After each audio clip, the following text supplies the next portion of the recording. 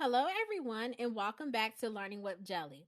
Today, we're on video 10 on how to create branches in Git or GitHub, all a part of our Git and GitHub series. So, let's look at our agenda for today. We're going to define what branches actually are and why they are beneficial in version control, and then we're going to practice creating a branch.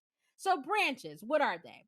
So branches are used when collaboration is involved. So if you're using Git for an individual project, 9 times out of 10, you're doing that project on your own. So you don't need to create a branch.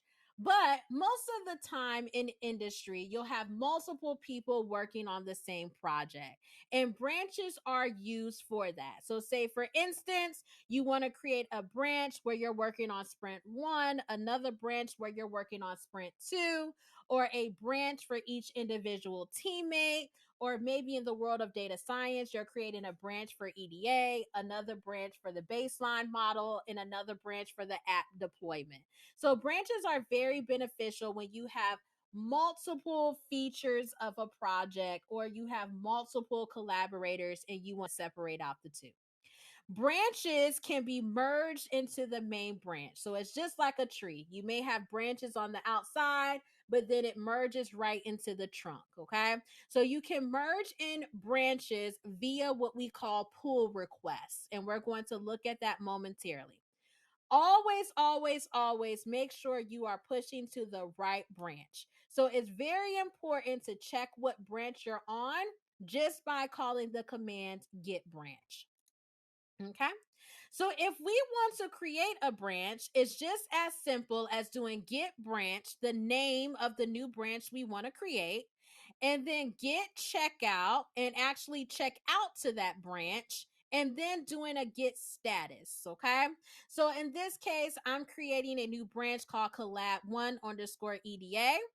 I'm actually going to check out that branch, meaning that I'm going to switch to that branch because that is my branch. Okay.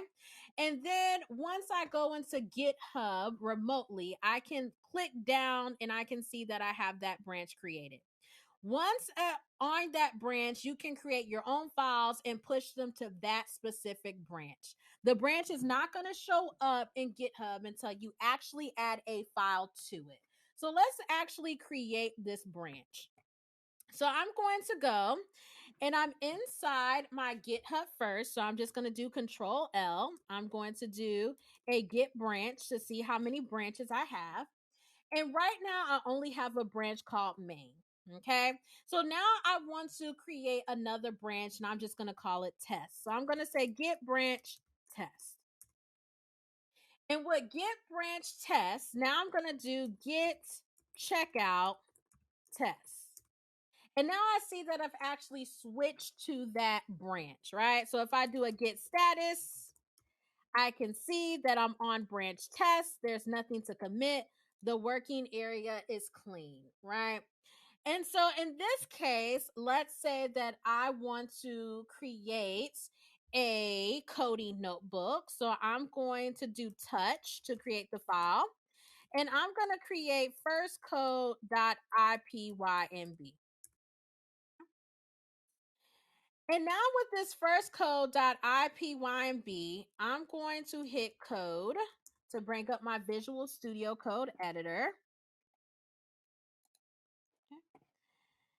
And in here, I see that I'm on branch test, and I see that I already have this first code.ipynb. Okay. And let's say that I want to create a new file just for the sake of it. So I'm just going to go get branch again just to make sure that I'm on the right branch. I'm going to get test and I'm going to do a touch and I'm going to do a test code.txt. Let's just create a whole new file. So with this test code.txt, I can click on it and I see that it's untracked now. And I'm going to add some text to it. I'm going to say this is a text file that keeps running changes of test code. And I'm going to do Command S to save that file. or Control S if you're on your computer, whatever the case may be. Or if it's not working, a file save also works. Okay, so now since I have that down here in my terminal, and then notice also in Visual Studio Code down here, I can see that I'm not on branch main, I'm on branch test, just in case I want to do a sanity check. I can go ahead and do a git add. Actually, let's do a git status so you can see that that is untracked. So I have a text code.txt that is untracked. So now I'm going to do a git add period. Git add period means add everything that's untracked, which I want to do. I'm going to do a git commit. Notice when I do that, it went from changes to stage changes. So my Visual Studio Code changed for me. .m.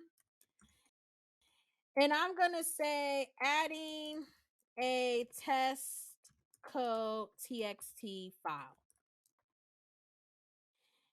And then there you see how it commits. And then here I'm going to say git push.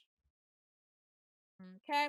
It's saying that the current branch has no upstream branch. So I'm going to sit up here and set my upstream. Okay.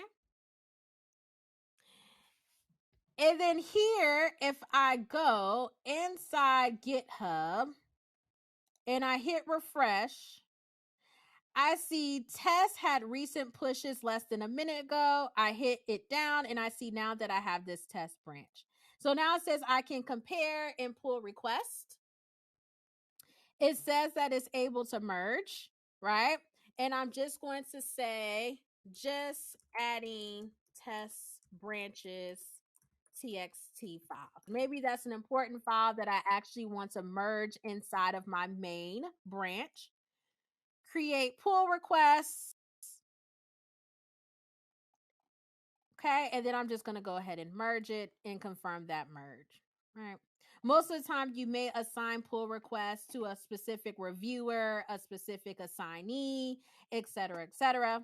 So then now when I go to GitHub first on my main branch, I see that the test code that I had on my test branch was actually in there. So I'm going to go to test. Notice that when I'm on my test branch, it actually copied everything that was on the main branch as well. So when I create a main branch, okay, I'm able to copy over that entire repo to everybody else's branch. That's the whole point of distributed version control. I also see that this branch is one commit behind main, so I can click on that. And then here, I can create pull requests if I want to get mains information now, merge it, and confirm that merge. Okay. So it's always good to go inside GitHub to make sure there's nothing behind or there's nothing ahead, and then you can plan accordingly. But that is how you create branches inside GitHub. Thank you so much. Please like, comment, and subscribe to Learning with Jelly, and I'll see you on the next video. Bye-bye.